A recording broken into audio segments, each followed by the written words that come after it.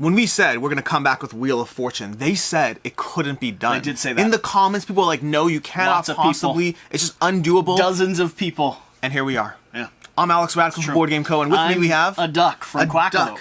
Ducks can argue fairly decently, and this is going to be our Wheel of Debate, where we are going to choose a topic, and the guest will choose which side of the topic. What are we on?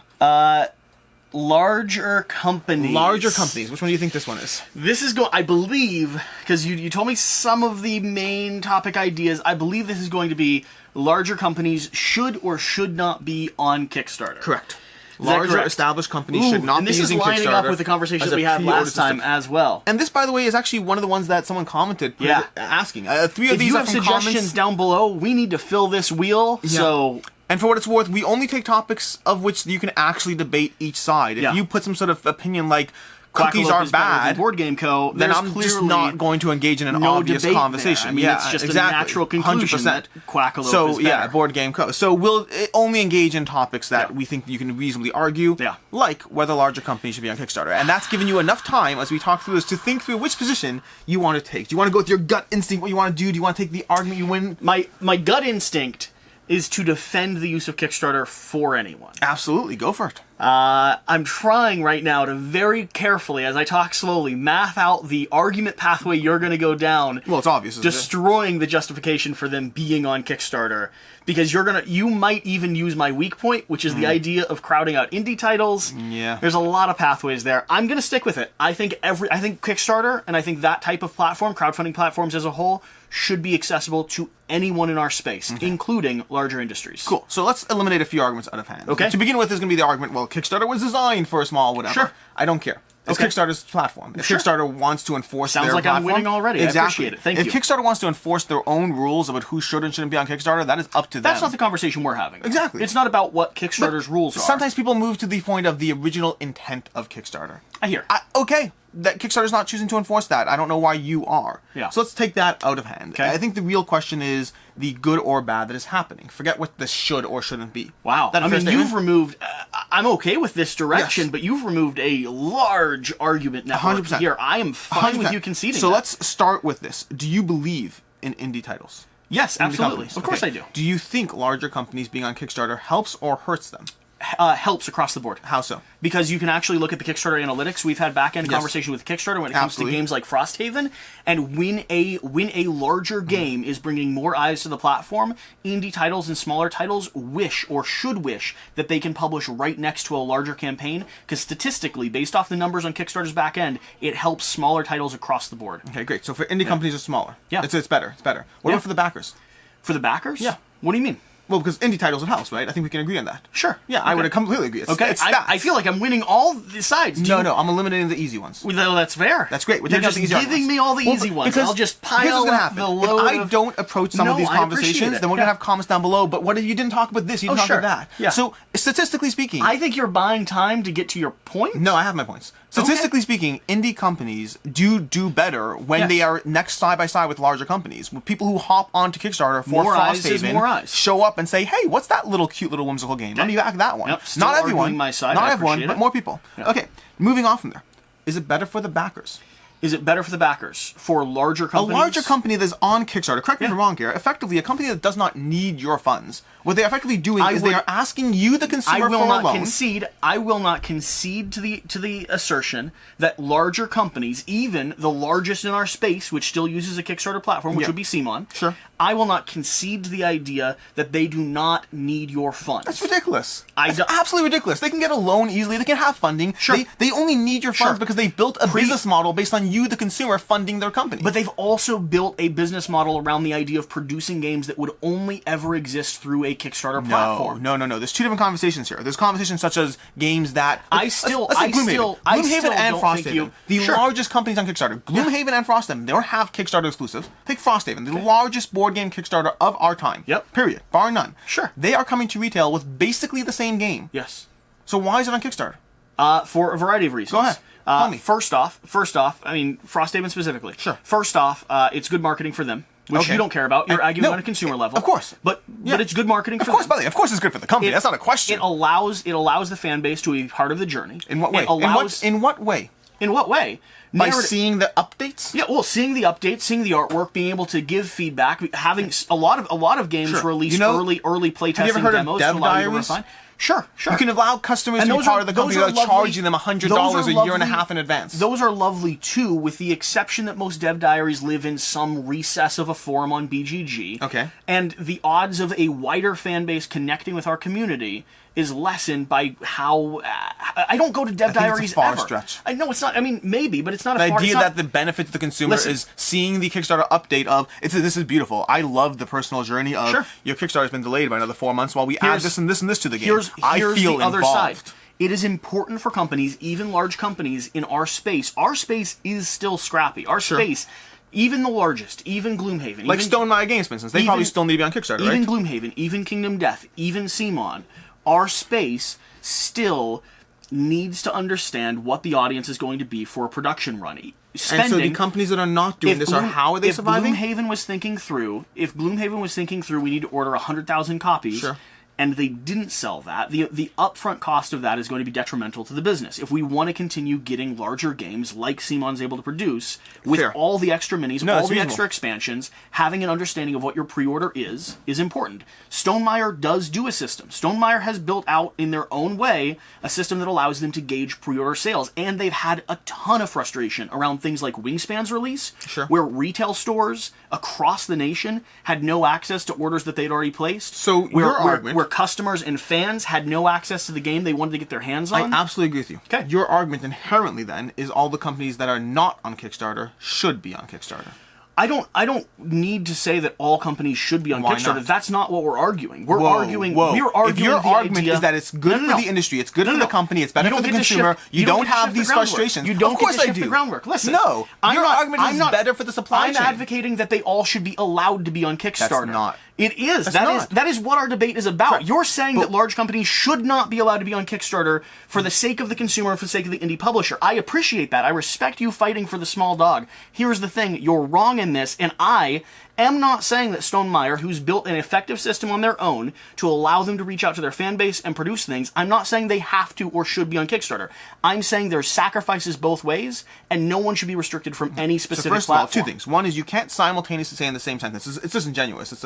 You can't simultaneously say in the same sentence. Disingenuous? Are we going to personal insults 100%. Now instead of an actual debate? You can't simultaneously rewind back the camera about like a minute and a half, 2 minutes. Yeah, sure. Simultaneously in the same sentence, Stonemaier has built out their own effective system, and there have been frustrations around that system. Yes, no. That's what you said in the same sentence. There are frustrations around any system that's available. Delays through Kickstarter. Only experiencing it through, the updates. Your complaints around the Kickstarter platform as a whole, there's complaints about other platforms. I love Kickstarter as a consumer. Do you want every single large company to go off to their own pre-order system when they don't have the infrastructure, when there's a debate around whether or not their games could actually be produced? And on top of that, there's still sacrifices being made on the consumer level. It's not inherently better to be off the platform if you're a larger company.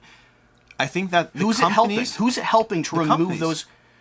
The companies. To be clear, and by the way, so here's what we have. We have a lot of large companies. Didn't the debate start around the idea of the consumer? Yeah, but I'm saying I think it's helping the companies and it's bad for the consumer.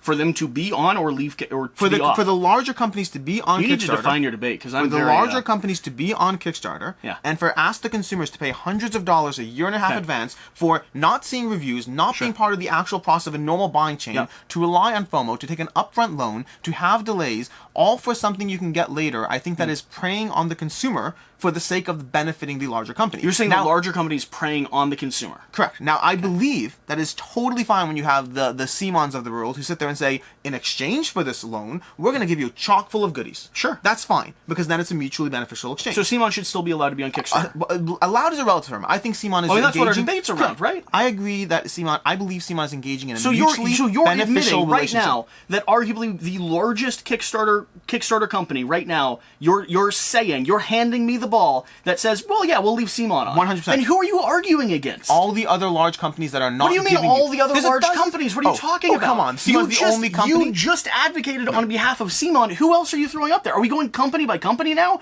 You just handed over the biggest one in the space. Do you believe in all or nothing arguments? I remember from our last debate, you don't. I mean, right now we're engaged in an argument. I thought you did not believe in all. Yours isn't all or nothing. Yours is a restrict all large companies. Large at what point? No. So the reason. Where's your bar? Because you just handed CMON My bar is very simple. Who's bigger than CMON? I'll establish my bar. Here's my personal bar. Yeah. Debate aside. My personal bar is a company that does not need to be on Kickstarter financially, that could run their companies off of Kickstarter. Who determines that? Wait, 1 second. Who determines that? Let me finish my let's get into the who determines it how. Okay? A larger company that does not need the funds from the consumer. Okay. And is not giving the consumer a mutually beneficial exchange as to why they are taking all those things from the consumer. They're taking the right of research. They're taking the right's a wrong word. They're taking the ability to research. They're taking the pre-funding loan, and they're not giving you anything in exchange. Yeah. They're just relying on FOMO. Yeah. Okay. I think those companies are taking advantage of the consumer by being on Kickstarter.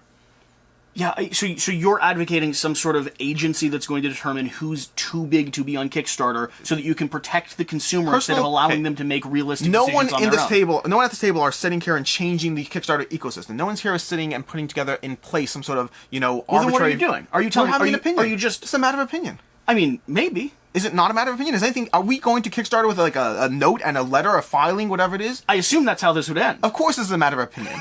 So in the matter of opinion, I assume at the end of this, if you win, we both are going to draft a letter, write it to Kickstarter, and say we would like you to kick these 4 companies off of your platform. That's reasonable. That's the next conversation. Yeah. But until then, in the terms of a matter of opinion, where I think this debate lies, do you agree with my statement? Do I agree with your statement that companies who are not offering something unique and do not need the funding of funds, Kickstarter? I think how do you determine if they need the funds? We'll get to that separate argument. With the flexibility there is so wild. Absolutely. I don't think I can agree with your assessment. No. Choosing whether to agree with how we determine it is a functional argument we can have.